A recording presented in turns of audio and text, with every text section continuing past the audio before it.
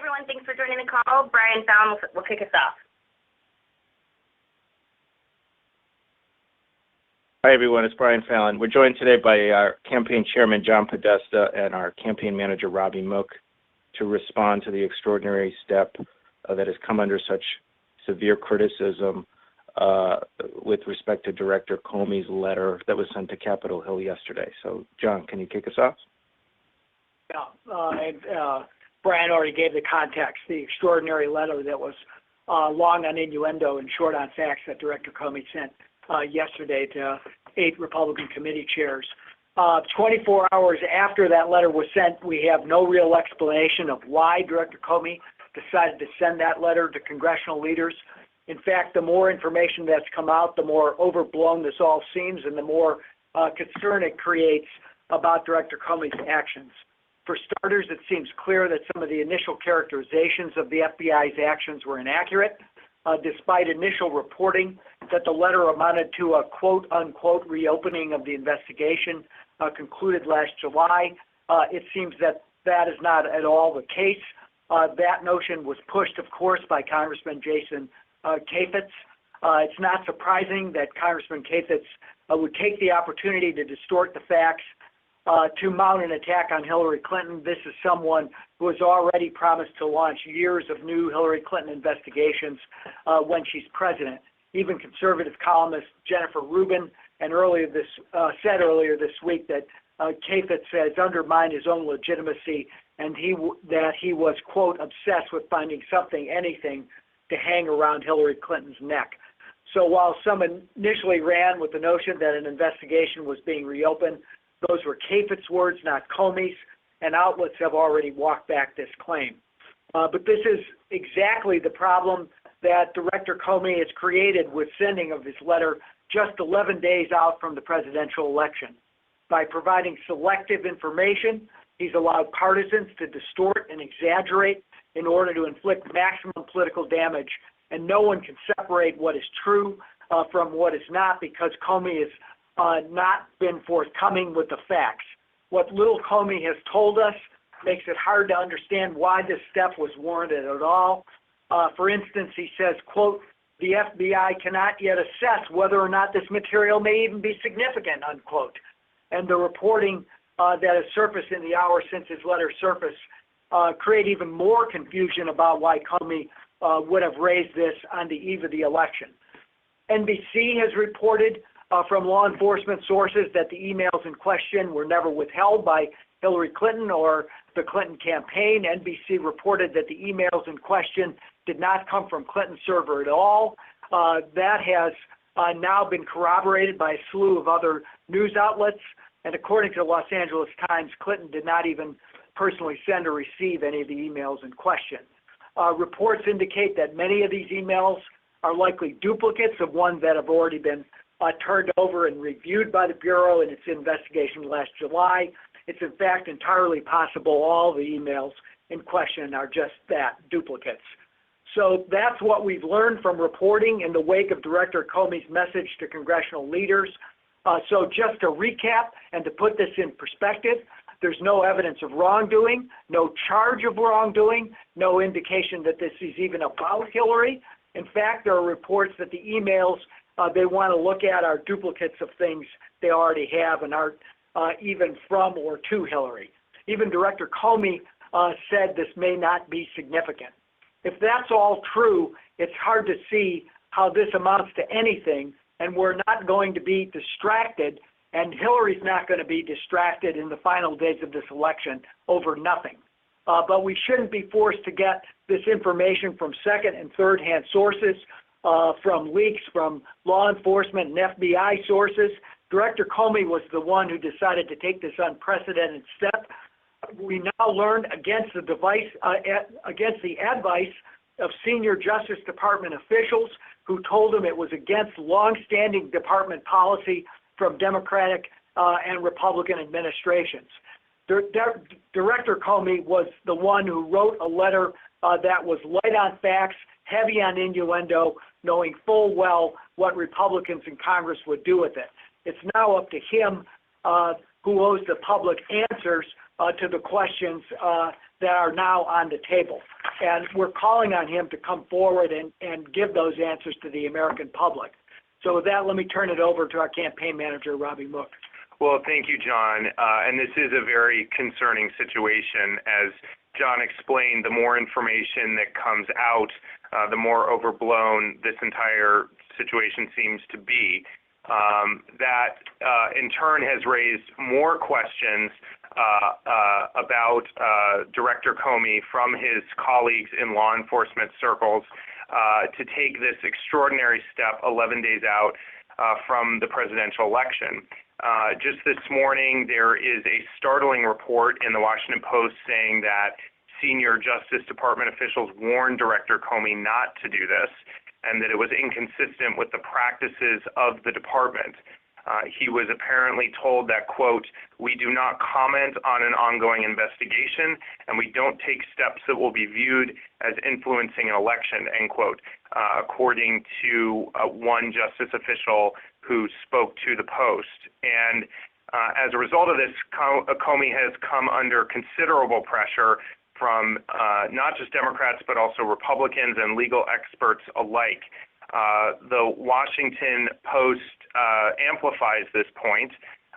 Former Assistant U.S. Attorney Nick Ackerman says, quote, "Director Comey acted totally inappropriately.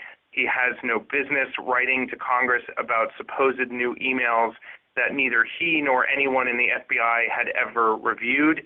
It is not the function of the FBI director to be making public pronouncements about an investigation, never mind about an investigation based on evidence that he acknowledges may not be significant," end quote. Also, former federal prosecutor Peter Zeidenberg said he respects Comey. However, quote, "I don't understand this idea of dropping this bombshell, which could be a big dud. Doing it in the last week or 10 days of a presidential election without more information, I don't think that he should, because how does it inform voters? It just invites speculation," end quote. And in addition, former Justice Department spokesman Matt Miller said, quote, "The Justice Department's long-standing practice is don't do anything seen as trying to influence an election. That's usually interpreted as 60 days, let alone 11. It's completely unfair to Secretary Clinton, and it's really unfair to the voters. There's no reason he had to send this letter." And finally, according to reports, Attorney General Loretta Lynch, quote, "expressed her preference that Comey follow the department's longstanding practice of not commenting on ongoing investigations and not taking any action that could influence the outcome of an election, but he said he felt compelled to do otherwise." So as John said, it's now incumbent on Director Comey to immediately provide the American people with more information than what is contained in his letter. He owes the public the full story, or else he shouldn't have cracked open this door in the first place. Both campaigns and leaders in both parties of Congress are in full agreement on this fact. And the last thing I'd say before I turn it back to Brian is that, based on the anecdotes I'm hearing from our team on the ground, this situation has created an urgency and intensity among our volunteers and activists that was already high because we are so close to the election, but that our volunteers are rallying behind Hillary. They know what a fighter she is. I think they were heartened that she came out and addressed this so forthrightly yesterday, that she is calling for the full story to be told. And they're as upset and concerned as we are here. And they are turning out not only to have her back, but to rally our supporters to turn out and vote as early voting goes into full swing.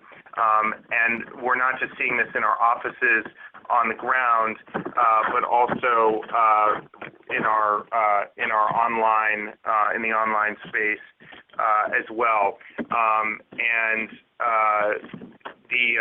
I think this is, we already had momentum and wind behind our back going into yesterday. I think this has only increased the momentum that we're feeling among our activists on the ground. Okay, we'll now turn it over to questions. So, Lori, if you have the queue there, if we could remind folks about how they can ask a question, and then we'll be happy to get through a few before John and Robbie have to jump off. Okay, great. If everyone could just press 1 and give us a moment to compile the questions, we'll be able to call on you in order. Just press 1.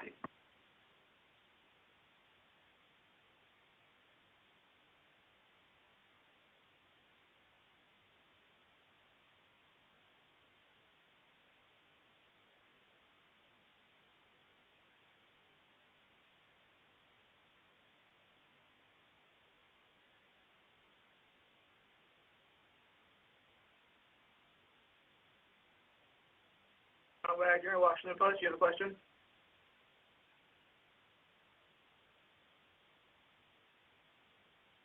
John Wagner? Line you open?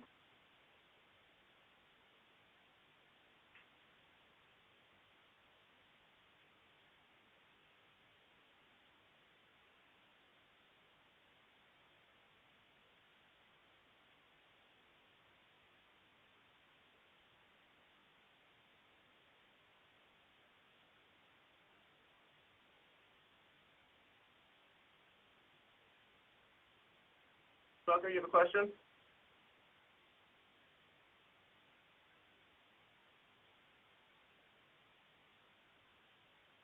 Tucker, you have a question?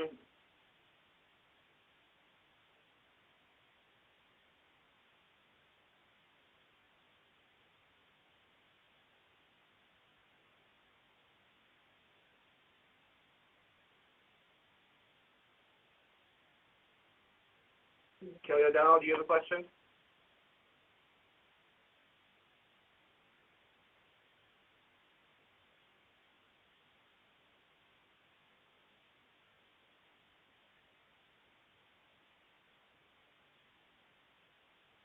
We're having some technical difficulties. We're trying to open it up.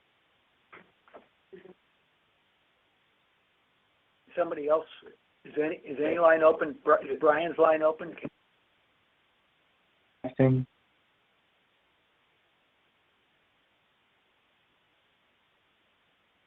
And Garen, do you have a question? Sorry, we're working through some technical difficulties on our end.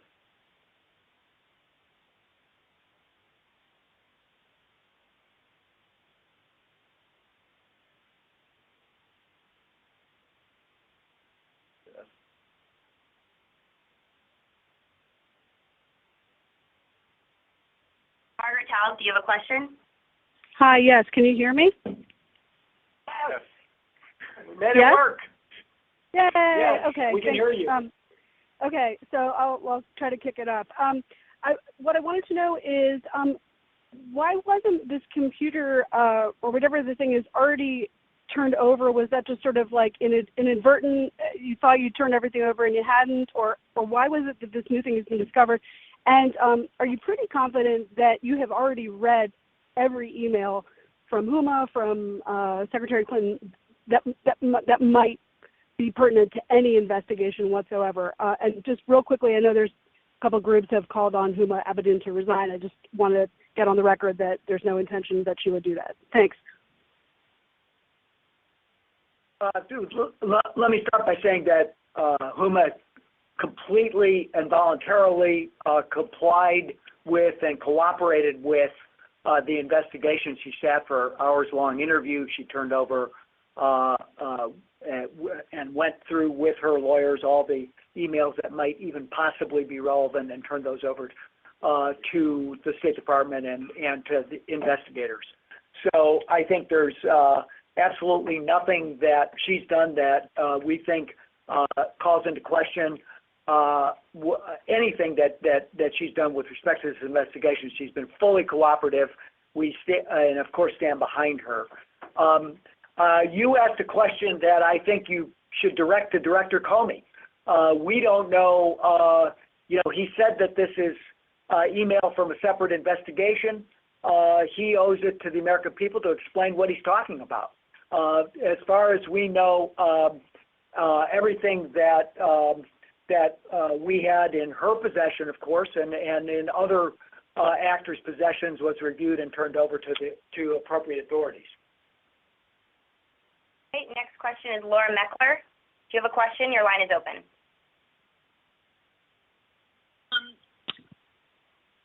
My question is, yes, can you hear me? Yes, Laura. Yeah, okay. So are you guys directly in touch with the FBI? Is, John or Robbie, are you calling, or is David Kendall? What is your communication like with the FBI in terms of calling on them to take the actions that you've asked for, or are you just doing it through the press? And also, have you asked the White House to get involved with this at all? The answer to the latter is no. The answer to the former is we are publicly calling on Director Comey. I hope that he took the occasion yesterday to communicate to his employees. I guess he felt the heat enough that he needed to explain himself to the employees of the Federal Bureau of Investigation. But his first duty is to the American people. And so we hope that he will take the occasion to explain why he decided to take this extraordinary step, contrary to Justice Department long-standing policy through Democratic and Republican administrations. And basically, if he has something to say, then let the facts out and let us know what they are. Thank you. The next one's going to be Ann Guerin. Your line is open. Hi. Can you hear me now?